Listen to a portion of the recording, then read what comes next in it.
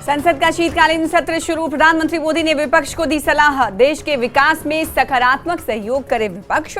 साथ ही कहा, देश में महिला, गरीब, किसान और युवा यही है चार जातियां। 3 राज्यों में जीत पर जम्मू कश्मीर बीजेपी में जश्न जारी। बडगाम, श्रीनगर, मेंढर समेत कई बीजेपी कार्यालय में कार्यकर्ताओं ने फोड़े पटाखे, बांटी मिठाइयां।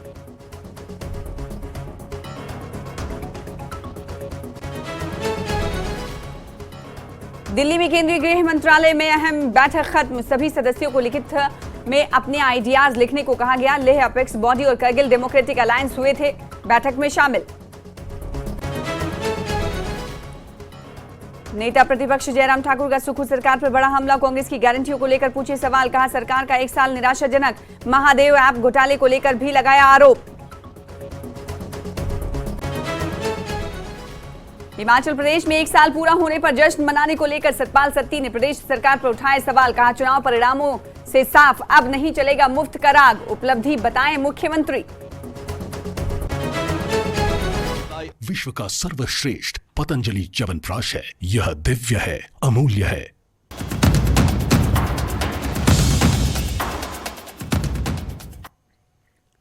नमस्कार, स्वागत है आपका। आप देख रहे हैं महासंग्राम 2024। मैं हूं आपके साथ सना वारिस। हेडलाइंस के बाद महासंग्राम में आज हमने 2 खबरों को जम्मू कश्मीर और हिमाचल प्रदेश से चयनित किया है, जिसमें 5 राज्यों में हुए विधानसभा चुनाव के बाद अगर बात जम्मू कश्मीर की करें तो वहां पर किस तरीके से सियासी रस्साकशी जारी है, इस पर पहली खबर इस पर बात होगी। और दूसरी खबर की अगर बात करें तो हिमाचल प्रदेश में भी इन 5 राज्यों में भारतीय जनता पार्टी की प्रचंड जीत के बाद किस तरह की राजनीति चल रही है, उस पर हम बात करेंगे। जी हाँ, तो 5 सबसे पहले बात जम्मू कश्मीर की कर लेते हैं।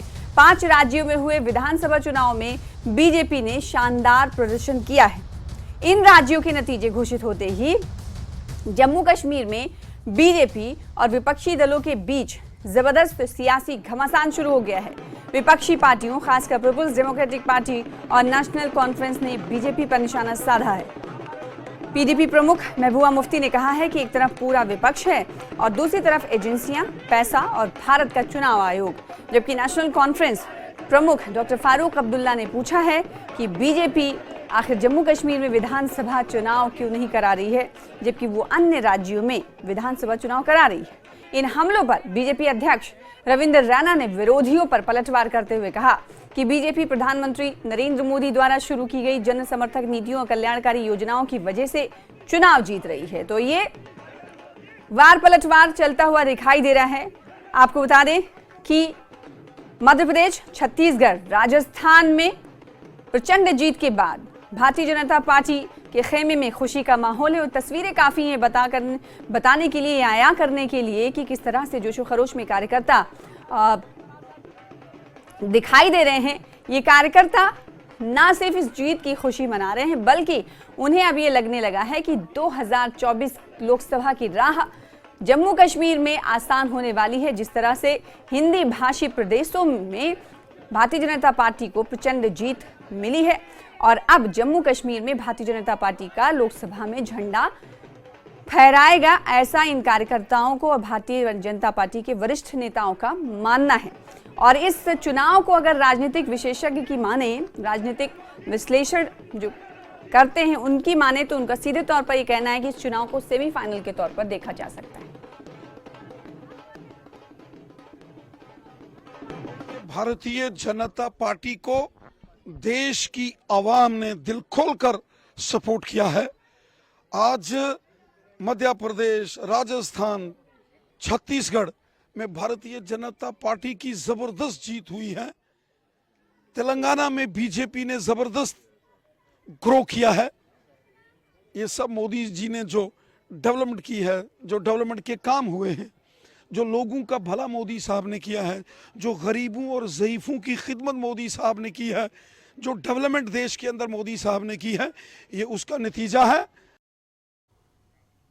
तो 3 राज्यों में बीजेपी को जब बम्पर जीत मिली है और बम्पर जीत मिलने के बाद भारतीय जनता पार्टी के खेमे में जश्न का माहौल दिखाई दे रहा है और इसी जश्न में कहीं ना कहीं डूबे हुए नजर आ रहे हैं जम्मू कश्मीर भारतीय जनता पार्टी के प्रवक्ता भी, हालांकि पूरे कार्यकर्ता भी, हालांकि पूरे अगर देश की बात करें तो जहां जहां पर बीजेपी की सरकार है और जहां पर नहीं है वहां पर भी भारतीय जनता पार्टी की इस प्रचंड जीत के बाद ऐसी ही तस्वीरें देखने को मिल रही। 2 खास मेहमान हमारे साथ जुड़ रहे हैं। अजय भारती साहब हैं और साथ ही साथ स्पोक्स पर्सन पीडीपी के हमारे दरमियान मौजूद हैं, XMLC हैं BJP spokesperson Ajay Bharti, स्वागत है आपका। और जिस तरीके से भारतीय जनता पार्टी ने परफॉर्मेंस दिया है उसको लेकर बधाई। और एडवोकेट इकबाल ताहिर साहब जो कि पीडीपी से ताल्लुक रखते हैं और पीडीपी को बुलाने का मकसद ये है कि महबूबा मुफ्ती ने सीधे तौर पर ये कहा है कि विपक्षी दल जो हैं वो चुनाव लड़ते हैं लेकिन भारतीय जनता पार्टी चुनाव तो लड़ती है, साथ ही साथ एजेंसियां उनके चुनाव लड़ती हैं। क्या ये माना जाए इकबाल ताहिर साहब कि जो जनता का फैसला होता है उसे पीडीपी नहीं मान रही है? देखिए, पहली बात तो ये क्लियर है कि ये जो रिजल्ट्स हैं ये अनएक्सपेक्टेड रिजल्ट्स हैं। मैं ये बात इस बात से सहमत हूं और इसको एक्सेप्ट करता हूं। अब जहां तक बीजेपी का ताल्लुक है, आप देखिए जब से 2014 से इन्होंने मरकज में सरकार बनाई है तब तक इन्होंने हमेशा ये कोशिश की है कि साम दाम दंड भेद किसी भी तरीके से जो रियासतों में सरकारें हैं या तो ये खुद बनाएं, अगर कहीं पे सरकार इनकी नहीं बनती है, इन्होंने एजेंसीज का काम किया है, इन्होंने ऑपरेशन लोटस चलाया है और किसी न किसी तरीके से वहां पे जो इलेक्टेड गवर्नमेंट्स थी, जो पार्टियां हुकूमत में थी, उनको तोड़ करके हुकूमत बनाई है।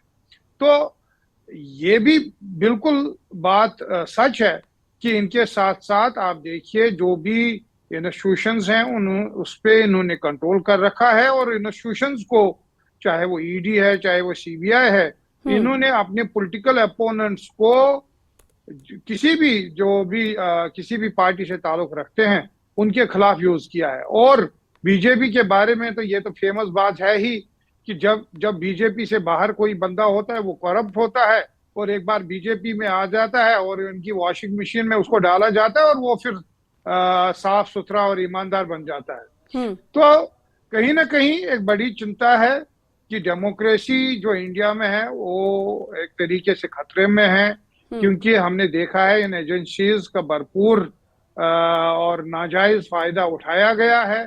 और आज ये भी बात मैं कहना चाहता हूँ, जो इंडिया अलायंस है उनको इस बात का नोट लेना चाहिए कि क्या हो रहा है और आगे की जो स्ट्रेटजी है उनको ये देखकर बनाएंगे, क्योंकि अगर हम मुत्तहिद रहेंगे, अगर हम यूनाइटेड रहेंगे, तब जाके भारतीय जनता पार्टी का इसका जो चैलेंज है इसके साथ लड़ा जा सकता है। ठीक है, तो चैलेंज के तौर पर देख रहे हैं। हालांकि इससे पहले आपने एक बार फिर से उन आरोपों को दोहराया कि भारतीय जनता पार्टी एजेंसियों का इस्तेमाल करती है और फिर उसके बाद डराया जाता है विपक्षी लोगों को ताकि उनकी जो परफॉर्मेंस है और वो जो जनता के बीच जा रहे हैं या फिर उनकी जो कारकर्दगी है उस पर असर पड़े। अजय भारती साहब एक खास मेहमान और हैं जिनका हमें इंतजार है। अजय भारती साहब का रुख कर लेते हैं सीधे तौर पर। हालांकि भारतीय जनता पार्टी की इस कामयाबी पर मुबारकबाद तो विपक्षी दल दे रहे हैं, लेकिन साथ ही साथ इस आरोप को लगाने से भी पीछे नहीं हट रहे हैं अजय भारती साहब कि भारतीय जनता पार्टी साम दाम दंड भेद सभी चीजों का सहारा लेती है चुनाव जीतने के लिए। सहाना जी, सबसे पहले आपको धन्यवाद देता हूं और इन सारे प्रदेशों की जनता को बहुत बहुत आभार भी व्यक्त करता हूं, धन्यवाद देता हूं पार्टी की तरफ से, अपने पर्सन की तरफ से। और मैं बड़ा हैरान क्या हूं कि इकबाल ताहिर साहब जैसे व्यक्ति के होते हुए भी मरहूम मुफ्ती साहब एजेंसियों से डर गए और बीजेपी के साथ आए। सीधे इकबाल ताहिर साहब ये कह रहे हैं कि मरहूम मुफ्ती साहब अपने मेरिट पर नहीं बल्कि एजेंसियों के डर के कारण भारतीय जनता पार्टी के से 2015 में आए। तो अब इसके आगे तो कुछ कहा नहीं जा सकता कि आपके होते हुए वो डर गए और इतने बड़े कदावर नेता थे और डर गए। बाकी विपक्षी पार्टियों का कहना तो वैसा ही होता है, या तो कभी ईवीएम पर, और जब चुनाव कमीशन उनको बोलता है बताओ जी ईवीएम में कहां कमी है, तो फिर किसी और बात पर। ये उनका कहना है, क्योंकि ये जनादेश को रेस्पेक्ट करना नहीं जानते हैं। इस चुनाव की जीत को, इसको एक बड़े बैकग्राउंड में भी देखने की जरूरत है। वो ये है कि एक फ्रीबीज का कल्चर चलाया गया, जो ओपीएस, जो ओल्ड पेंशन स्कीम कांग्रेस ने स्वयं खत्म कर दी, अब नए सिर्फ चंद वोटों के लिए उसको रिवाइव करना, जिस किसी भी स्कीम को। और उस फ्रीबीज के चलते हुए भाजपा उसमें फंसी नहीं। भाजपा ने कहा कि ये देश के लिए, देश के भविष्य के लिए, देश की जनता के भविष्य के लिए ठीक नहीं है। अगर आप दूसरी बात भी देखेंगे, इस चुनाव के परिणाम आते हुए ही इन विपक्षी दलों ने मिलकर नॉर्थ और साउथ डिवाइड करने की कोशिश की। उसी के जवाब में माननीय प्रधानमंत्री जी ने कहा देश में केवल 4 जातियां हैं, वो है किसान, वो है युवा, वो है महिला, वो है गरीब। ये एक तरफ से ये डिविसिव पॉलिटिक्स करते हैं, चाहे वो मजहब के नाम पर, रीजन के नाम पर, रिलीजन के नाम, किसी भी नाम। एक तरफ भारतीय जनता पार्टी है, वो देश को आगे विकसित एक डेवलप्ड नेशन बनाना चाहते हैं, जिसमें सबका साथ, सबका विकास करते हुए आगे बढ़ने की बात कर रही है।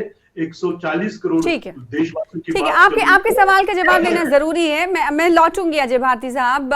इकबाल ताहिर साहब, आपके सवाल का जवाब बीजेपी ने इस तौर पर दिया है कि मरहूम मुफ्ती साहब क्या डर गए थे जब उन्होंने इल्हाक किया था भारतीय जनता पार्टी के साथ? अभी आप लोग तो ये आरोप लगा रहे हैं, तो क्या उस वक्त भी पीडीपी के मुखिया में डर था? मुफ्ती साहब न सिर्फ जम्मू कश्मीर बल्कि पूरे बार-ए-सगीर के कदावर लीडर रहे, और उनकी जो पॉलिटिकल एक्सपीरियंस है और जो पॉलिटिकल विजडम है, उसके बेसिस पे हमने भारतीय जनता पार्टी के साथ अपना इल्हाक किया था। तो उस वक्त हमने जो जनादेश इनको मिला था जम्मू से, और हमारे पास भी जनादेश था कश्मीर से, तो हमने उस जनादेश पर रिस्पेक्ट करते हुए इस भावना से इनसे हाथ मिलाया कि हमें जम्मू के लोगों को भी और कश्मीर के लोगों को भी साथ चलाना है, और अगर हम भारतीय जनता पार्टी के साथ अलायंस बनाएंगे तो ये लगेगा कि हमने जम्मू के लोगों को भी साथ लिया है और कश्मीर के लोगों को भी साथ लिया है। और दूसरी बात, हमने अपना जो इनके साथ जो हमने अलायंस बनाया, वो एक एजेंडा पे अलायंस पे बेसिस था, उसमें 370 की बात नहीं। तो सवाल तो सीधे तौर पर यही है ना, क्या उस वक्त क्या वो नहीं डरे हुए थे? उस वक्त क्या या ये एटमॉस्फेयर अभी बना हुआ है? ये जनता समझना चाहती है कि पहले भी ऐसा था, आपने कुर्सी पाने के लिए ऐसा किया? किस बात पे डरेंगे? मुफ्ती साहब सबसे ज्यादा ईमानदार शख्सियत थे। बताइए, एक चीज बताइए उनके अगेंस्ट कहीं पे बात है तो डरता वो है जिन्होंने कोई गलती की हो। हम उन डरने वालों से में नहीं है। तो वही तो आपके गले की हड्डी के सवाल तो यही है ना इकबाल ताहिर साहब। पहले तो वो दोस्त थे, अब वो बुरे लगते हैं, तो इसीलिए तो ये सवाल आपके गले की हड्डी बनती हुई हमेशा दिखाई देती है ना साहब। आप इससे पीछा नहीं छुड़ा सकते कि आप तो आज उनको दुश्मन मान रहे हैं, और पहले वो रहबर हुआ करते थे, दोस्त हुआ करते थे आपके। चलिए छोड़िए इस बात को। अच्छा, सीधे तौर पर मैं आपसे सवाल करना चाहती हूँ विपक्षी दलों को। देखिए एक सेकंड, मैं लौटूंगी, आपसे ही सवाल पूछ रही हूँ, आपसे सवाल पूछ रही हूँ। एक सेकंड, 6 दिसंबर को इंडिया अलायंस की बैठक होने वाली है। भारतीय जनता पार्टी की जो कारकर्दगी है, आपने कुछ देर पहले माना कि चैलेंजिंग है। कैसे लोकसभा चुनाव के लिए किस तरीके से भारतीय जनता पार्टी, जो कि एक बड़ी ताकत के तौर पर उभरती हुई दिखाई दे रही है, उभर चुकी है, उससे कैसे आप लोग चुनौती इस पूरे चीज को मान रहे हैं और किस तरीके से मुकाबला करने के लिए तैयार हैं, ये मैं जानना चाहती हूँ। देखिए, हाँ मैं बताता हूँ। देखिए, आप देखिए हमारी इलेक्टोरल हिस्ट्री देखिए, जो हिंदुस्तान का जो वोटर है वो बहुत स्मार्ट है, बहुत दाना है, बहुत वाइज है। उसने असेंबली इलेक्शन को एक डिफरेंट पर्सपेक्टिव में देखा है और पार्लियामेंट इलेक्शन डिफरेंट पर्सपेक्टिव में देखा। कभी ये इनको भी फेवर हुआ है उस चीज को लेकर। आप पिछली बार देखिए 2019 से पहले ये असेंबली इलेक्शंस हार रहे थे और 2019 में इनकी जबरदस्त मेजॉरिटी मिली। तो पहले आपको यहाँ पे एक काउंटर याद रखना है कि जो हिंदुस्तान का जो वोटर है वो बहुत स्मार्ट वोटर है, उसको मालूम है म्युनिसिपल इलेक्शन के टाइम पे कैसे वोट करना है, असेंबली के टाइम पे कैसे वोट करना है, और जो पार्लियामेंट इलेक्शन है उन पे कौन से इश्यूज हैं।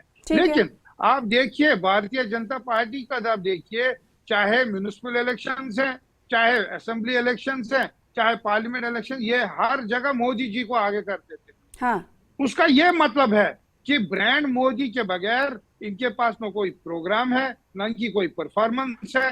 ये सिर्फ वही मजहब, वही कास्ट, वही क्रीड, उसी की बात करते हैं, उसी पे लोगों को डराते हैं, लोगों को डिवाइड करते हैं, एजेंसीज को पूरा मिसयूज करते हैं। और जैसे मैंने पहले बोला, चाहे पैसों का हो, मसल पावर का यूज करना हो, ये सब चीजें मिला करके ठीक है, हुकूमत। ठीक है। और कुछ भारतीय जनता पार्टी के पास है नहीं। म्युनिसिपल से लेकर लोकसभा इंतखाबात तक मोदी जी को सड़कों पर उतार देते हैं और वो चुनावी तशहीर में भाग लेते हैं।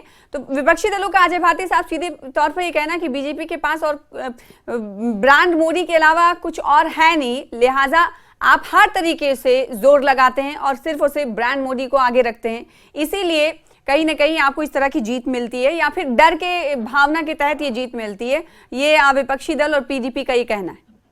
नहीं, मुझे लग रहा था कि आपके एक सवाल के जवाब में वो बताएंगे कि जम्मू कश्मीर की जो 5 सीटें हैं, ये जो IND डॉटेड अलायंस है, ये किस प्रकार से लड़ेगी, पीडीपी को कौन सी सीट मिलेगी, नेशनल कॉन्फ्रेंस किस पर लड़ेगी। मुझे लग रहा था ये शायद वो जवाब देंगे। खैर, उसको तो वो टाल गए। लेकिन सबसे बड़ी जो मोदी गारंटी के नाम पर लोग विश्वास देता है और वोट देता है, जब हम आयुष्मान भारत, जब आप हेल्थ कार्ड बनाते हैं, जब आप। जी अजय साहब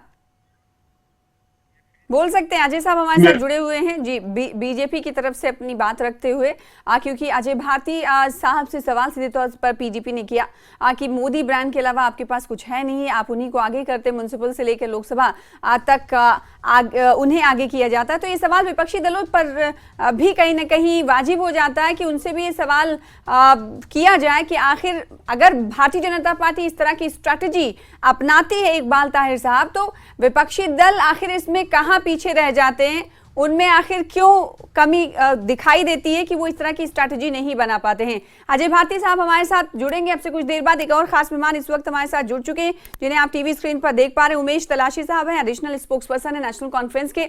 आपका स्वागत करते हैं। आपके साथ पीडीपी स्पोक्सपर्सन मौजूद है इकबाल ताहिर साहब, और साथ ही साथ अजय भारती साहब मौजूद है। क्योंकि आप देरी से जुड़े तो हमने सोचा कि आपको आपके जो पैनलिस्ट हमारे उनसे रूबरू करा दिया जाए। उमेश तलाशी साहब, सीधे तौर पर बात यही हो रही है कि जो प्रचंड जीत भारतीय जनता पार्टी की 3 राज्यों में हुई है, जो चुनाव हुए उसके नतीजे जो आए, ये नेशनल कॉन्फ्रेंस इन नतीजों को किस तरह से देखती है? क्योंकि पीडीपी ने तो सीधे तौर पर ये कह दिया है कि उनके पास ब्रांड मोदी के अलावा कुछ और है नहीं, और ये डरा धमका कर इस तरह कोशिशें करते हैं, एजेंसियों का इस्तेमाल भी करते हैं, फिर उसके बाद जीत इनकी झोली में जाती है। नेशनल कॉन्फ्रेंस किस तरीके से देखती है, और क्या लगता है कि लोकसभा चुनाव सर पर हैं, उस पर नेशनल कॉन्फ्रेंस किस तरीके से इंडिया अलायंस के साथ जुड़कर चुनाव को जीतने की राह हमवार करने वाली है? इस पर आपका क्या कहना होगा? देखिए, पहले तो ये तो लोगों का मतदान हुआ और भारतीय जनता पार्टी को प्रचंड बहुमत मिला। बहुत अच्छी बात है, इलेक्शंस होते हैं, कोई जमात जीतती है, कोई जमात हारती है। तो लोगों ने इस वक्त भाजपा की पॉलिसीज को एक्सेप्ट किया होगा और उस वजह से इनको बहुमत दिया, तो इनको जीत की तो मुबारकबाद देते हैं। इनको बहुत अच्छा इन्होंने परफॉर्म किया है।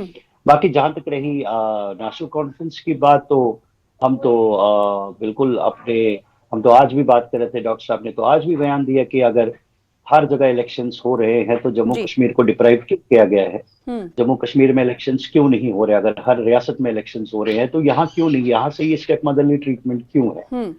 यहाँ पे भी इलेक्शंस करवाइए, यहाँ भी लोग अपना मतदान करें, यहाँ लोगों को हक है अपने मेंबर्स को इलेक्ट करने का, यहाँ ये इलेक्शंस क्यों नहीं करवाते? बिल्कुल, मैं तो इस चीज पे बात करूंगा। ठीक है, आप इस चीज पे बात करेंगे। यहाँ पर इसी से जुड़ा हुआ एक सवाल मैं जोड़ दूं, क्योंकि शीतकालीन सत्र इस वक्त पार्लियामेंट में विंटर सेशन की शुरुआत हो चुकी है।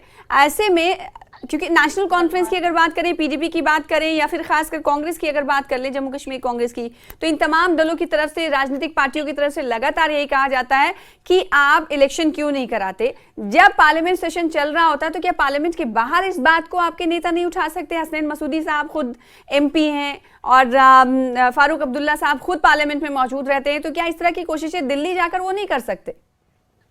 क्यों, आप शायद रिकॉर्ड उठा के देख लीजिए, बिल्कुल पार्लियामेंट में भी ये सवाल उठाए गए हैं।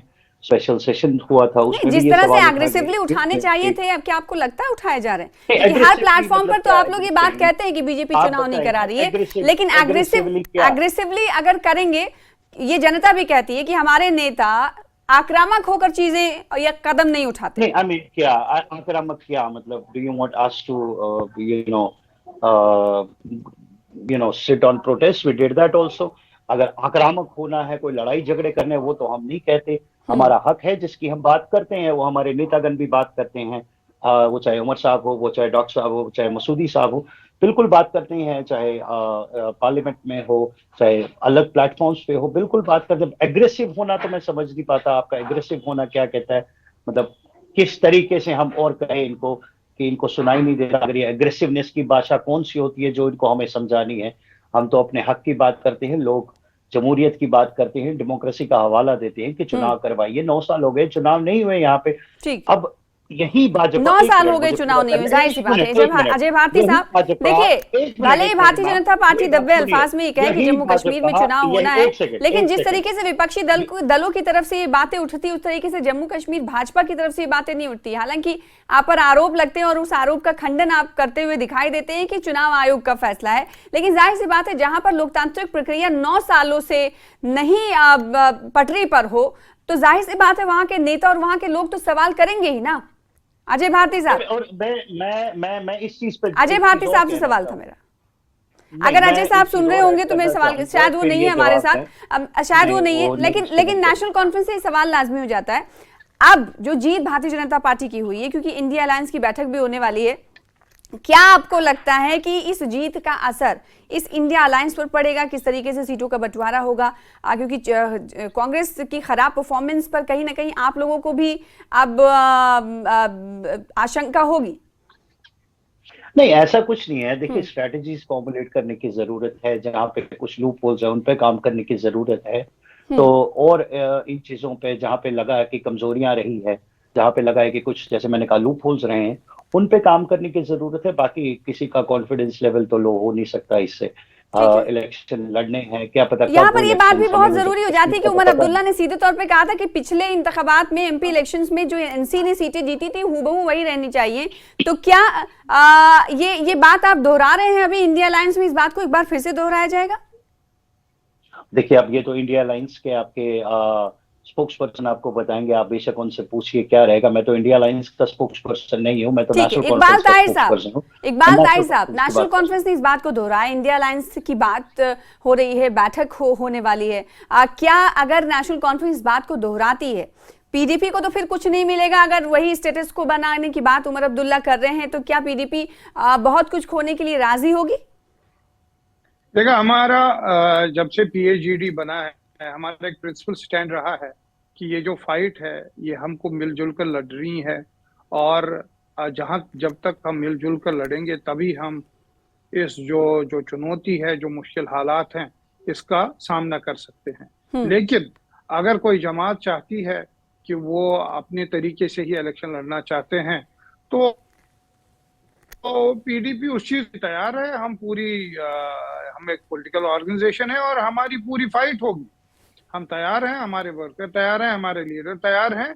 लेकिन हम फिर इस बात को दोहराना चाहते हैं कि आज जो मुल्क में और जम्मू कश्मीर में जो हालात हैं वो एक्स्ट्रा ऑर्डिनरी हैं, और हमको बड़े सोच समझ के, बड़े फारसाइटेड तरीके से सोचना है और कैसे आगे बढ़ना है। उसके लिए हमें लगता है मिलजुल कर आगे बढ़ना बहुत बिल्कुल। तो ये मिलजुल कर क्या सिर्फ लफ्जों के जरिए होगा या फिर कुछ अमली तौर पर भी दिखाई देगा? ये आने वाला वक्त बताएगा, जब फॉर्मूला तय होगा। बहुत शुक्रिया ताहिर साहब आपका, और बहुत शुक्रिया तलाशी साहब आपका, अजय भारती साहब आपका। छोटे से ब्रेक लिए रुकेंगे, ब्रेक के बाद महासंग्राम में जल्द होंगे हाजिर।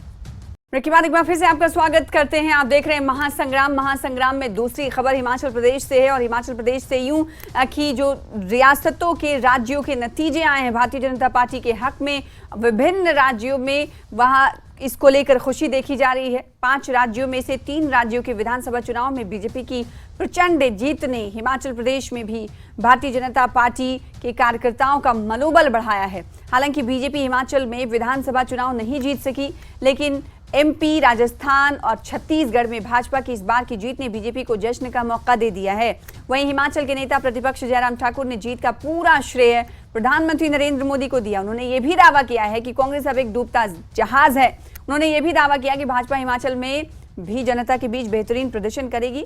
अब जनता भ्रष्ट सुक्खू सरकार से कहा कि तंग आ चुकी है।